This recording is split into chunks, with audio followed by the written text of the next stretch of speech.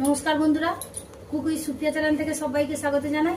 আজকের আবার দারুণ স্বাদের একটা রেসিপি নিয়ে চলে এসেছি। আজকে বানাবো চিংড়ি ভাপা। তো চিংড়ি ভাপার জন্য আমি কি কি নিয়েছি উপকরণ আপনাদের একবার দেখিয়ে দেবো। আসুন, চিংড়ি ভাপার জন্য এখানে সুন্দর করে চিংড়ি কেটে নিয়েছি।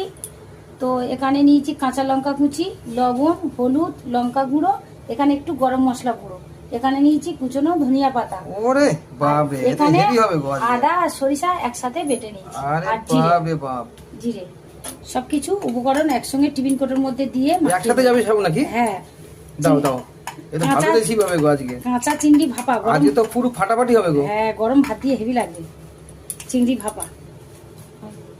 তো আমি সবকিছু একসঙ্গে মাখিয়ে নেব। চিংড়ি ভাপায় পরিমাণ মতো সরিষার তেল দিয়ে দেব। তেল দিয়ে সুন্দর করে মাখিয়ে নিলাম।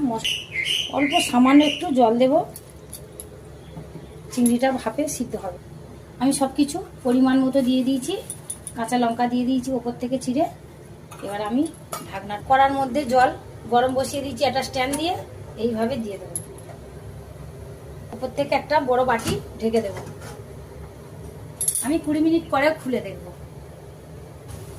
চিংড়ি ভাপাটা হয়ে গেছে।